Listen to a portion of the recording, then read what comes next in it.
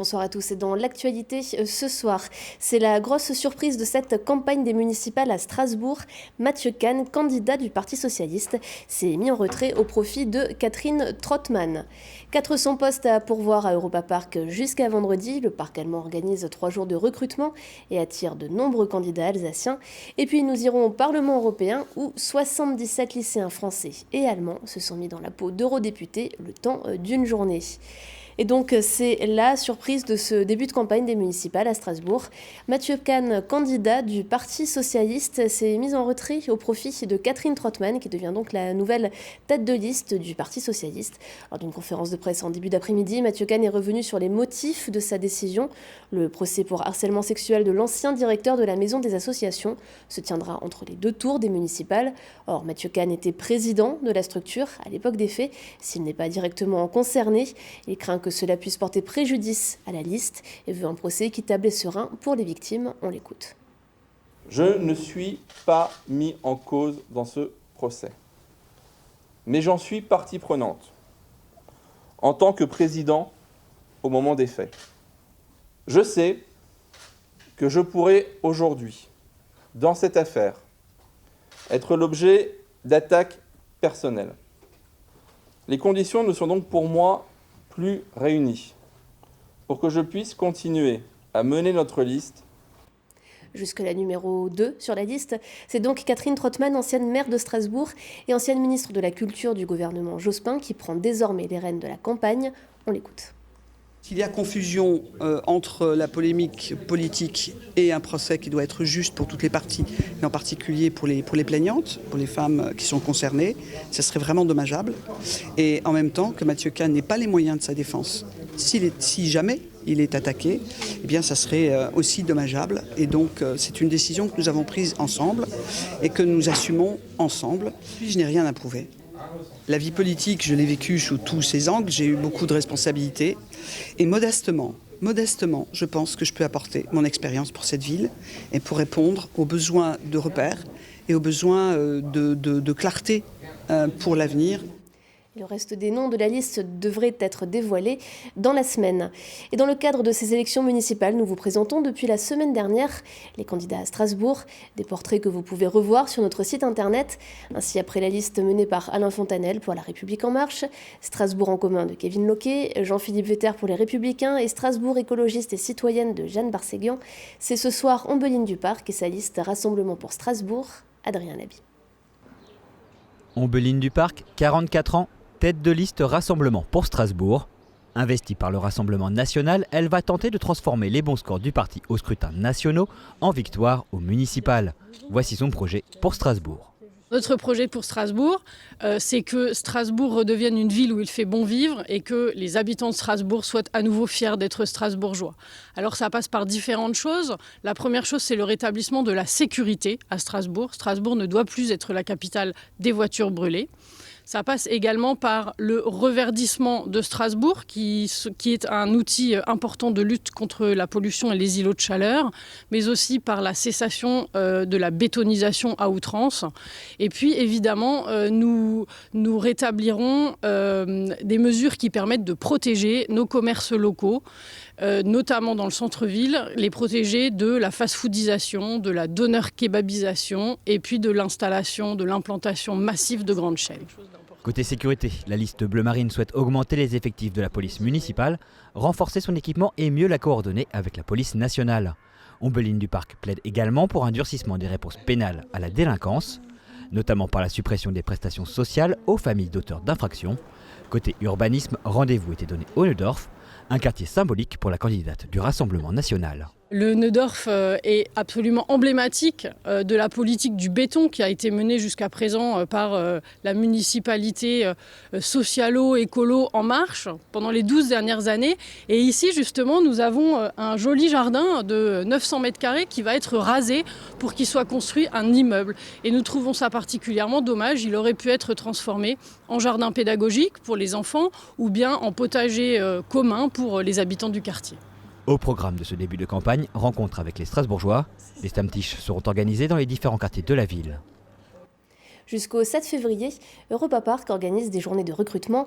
400 postes sont à pourvoir dans la restauration, la vente ou la gestion d'attractions. Les Français représentent déjà 20% des 4400 employés du parc. Et à Roulantica, c'est même la moitié. Cécile Motz. Plusieurs Alsaciens se pressaient ce matin à Europa Park, mais pas pour monter à bord du Silver Star. Aujourd'hui, il s'agit de décrocher un emploi. Parmi les candidats, il y a Gabrielle, 57 ans. Après un licenciement économique, puis des emplois de courte durée, c'est avec l'espoir de signer un contrat qu'elle prépare son entretien. Aujourd'hui, je postule pour un emploi de vendeuse dans un shop, dans un des hôtels, très certainement à Europa Park. Donc je vais avoir un entretien tout à l'heure. Et comme c'est mon métier et que je pratique, que j'ai quand même de bonnes connaissances en anglais et un peu des notions en italien. Mais ce qui prime ici, c'est l'allemand, souvent un obstacle pour les candidats. Ich bewerbe für eine Arbeit als Verkäuferin. Okay. Haben Sie schon mal im Bereich Verkauf gearbeitet? Ja, in Frankreich. Lara, 26 ans, souhaite elle aussi tenter sa chance. Le recruteur a été très gentil. Je me suis présentée en allemand un petit peu et après ça s'est passé en français. C'est vrai qu'en réception, il demande quand même un niveau très élevé en allemand, alors que pour l'instant, je suis en notion base allemand. Et du coup, je me dirige vers d'autres postes pour pouvoir un jour peut-être travailler dans l'un de leurs hôtels. Comme elle, ce matin, ils étaient 125 à passer les entretiens. Leur point commun, ils sont tous accompagnés par le Pôle emploi de Sélestat et par l'Agentur für Arbeit en Allemagne. Sur ces 3 journées organisées en moyenne une fois par an, une matinée est réservée aux demandeurs d'emploi. Une chance pour la structure alsacienne qui diversifie ainsi son offre. À ce jour, 85 candidats ont été accompagnés. Nous, ça nous permet de suivre les personnes, de les préparer et de valider les candidatures et surtout aussi de leur apporter éventuellement ce qui manque. Nous avons organisé en fait des informations collectives, c'est ce que nous appelons des ateliers préparatoires, où nous avons invité des personnes tout au long du mois de décembre et du mois de janvier. Donc nous présentions les postes aux candidats. Et ensuite, les candidats étaient reçus en entretien individuel pour voir quel était leur degré de maîtrise par rapport à la langue allemande, leur envie de travailler au parc. Des cours de langue peuvent même être proposés. Les postes à pourvoir concernent les secteurs de la restauration, des attractions, de la vente ou encore de l'entretien. Et pour le parc aquatique Roulantica, des agents d'accueil, des maîtres nageurs et des opérateurs sont encore recherchés. Il y a des positions, on n'a besoin pas d'une qualification spéciale. C'est par exemple à attraction, on peut apprendre ces postes, ces jobs très vite. C'est très bien pour nous. Nous recherchons des employés français parce que nous avons aussi des clients français. 23% très exactement parmi les 5,7 millions de visiteurs du parc en 2019. Jusqu'à vendredi, environ 600 entretiens seront réalisés avec 50% de candidats français. Et à noter que le parc allemand rouvrira ses portes pour les visiteurs le 28 mars. Des lycéens dans la peau de parlementaires, pendant 2 jours, 16 classes françaises et allemandes se sont retrouvées au Parlement européen pour débattre et voter des résolutions. Organisées par Atmo Grand Est, le Jardin des sciences de l'Université de Strasbourg et l'Association allemande Sciences et Technologies, le Parlement transfrontalier invite les élèves à s'interroger sur la thématique air, climat, énergie et découvrir le processus de démocratie. Camille Roland.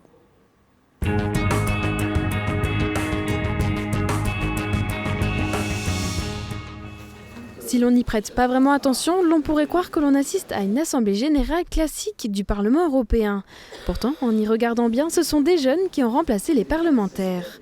Pendant 2 jours, 75 élèves de 16 à 18 ans de la région du Rhin supérieur participent à un parlement transfrontalier sur la thématique air, climat, énergie. 5 heures durant, les lycéens bras levés et arguments en poche ont expérimenté le débat. Personnellement, à la place de mettre stopper la publicité, je mettrais plutôt réduire la publicité excessive. Après, l'idée de la jeune demoiselle est très bonne, mais faire une publicité qui pollue pour transformer, etc., ce serait un peu illogique, je trouve. À chaque fois, on nous dit que les enfants n'ont rien à dire pour le futur et que c'est tout le temps les adultes qui choisissent, nous là on peut prendre part enfin à ce qu'on va faire dans le futur parce que c'est nous bientôt qu'on va devenir des adultes. Premièrement, on comprend mieux comment ça se déroule et comment ça s'organise au Parlement européen parce que certes on en entend parler toujours, on dit que c'est des décisions importantes pour nous et pour notre avenir, mais on ne savait pas vraiment comment ça se passait ni comment c'était à l'intérieur du Parlement même. J'attends surtout l'avis des autres parce que je sais ce que moi je pense, mais ce que les autres pensent, c'est peut-être différent et je trouve c'est intéressant de pouvoir échanger avec les autres. C'est dommage qu'on n'ait pas plus de temps pour pouvoir donner nos avis, mais pour une fois qu'on peut s'exprimer sur un sujet très sérieux qui nous tient vraiment à cœur, sinon on ne serait pas là. Franchement, c'est une expérience à vivre. Les élèves se sont partagés la tâche en se divisant en 5 commissions sur des thématiques telles que l'agriculture et l'alimentation durable, les transports et l'aménagement urbain ou encore la transition énergétique. Accompagnés de spécialistes et de modérateurs, ils ont préparé des propositions la veille et dans la matinée. Il est maintenant temps de les défendre devant l'Assemblée, avec pour objectif final voter des résolutions. Et enfin, des LED dans les lampadaires. Levez vos petits cartons. Ok, c'est adopté. Je pense que c'est une chance qui est énorme pour eux parce que c'est des sujets, surtout là les sujets des enjeux actuels qui sont très très importants. Tous les élèves en fait devraient avoir la chance de pouvoir visiter ces lieux et prendre partie, être partie aussi des enjeux actuels et de construire le monde de demain. Et les élèves se sont préparés pendant presque un an. Après des rencontres et recherches avec leurs enseignants, 5 élèves de chaque classe ont été choisis pour les représenter. Cofinancé par l'Union européenne dans le cadre du programme Interreg, ce projet transfrontalier a pour enjeu d'initier les jeunes au processus démocratique. Un des intérêts principaux de ce projet est aussi qu'ils voient les processus démocratiques et qu'ils puissent voir eux-mêmes quel est le rôle de la démocratie représentative et de s'y frotter directement avec justement les débats et à quel point cela doit être pointilleux quand on écrit. Aussi vraiment la mise en écriture des résolutions. Que lorsqu'on a une proposition, derrière il faut vraiment regarder le côté social, le côté économique et tous les impacts que va avoir la proposition sur l'ensemble des citoyens. Et de voir aussi que lorsqu'on n'a pas les mêmes lois de part et d'autre de la frontière, au niveau européen par exemple, c'est encore une couche supplémentaire de complexité. Des LED pour les lampadaires, développer les bornes électriques dans les stations essence ou encore fermer plus rapidement les centrales à charbon en Allemagne. Les résolutions votées ont été remises aux représentants locaux à la fin de la journée. Et le projet ne s'arrête pas là, avec pour ambition des rencontres avec les élus des communes et eurodistricts. Et on finit ce journal avec l'image du jour, Oliviane. Revoilà le baromètre des offres d'emploi réalisé par le site Région Job. Et un premier chiffre impressionnant pour le dernier trimestre 2019, une progression de 34% des offres d'emploi au plan national. Mais une situation beaucoup plus contrastée dans notre région. Le Grand Est est bon dernier des 13 régions, avec seulement 8% de hausse, mais reste tout de même 5e région recrutant le plus. Même grand écart pour le Bas-Rhin, dernier département de la région si on examine l'évolution 2018-2019, mais qui reste de très loin le premier département du Grand Est qui concentre à lui tout seul 23% de toutes les offres de la région. Enfin, l'Eurométropole de Strasbourg reste dans le top 10 des villes françaises et génère 4% de toutes les offres d'emploi françaises.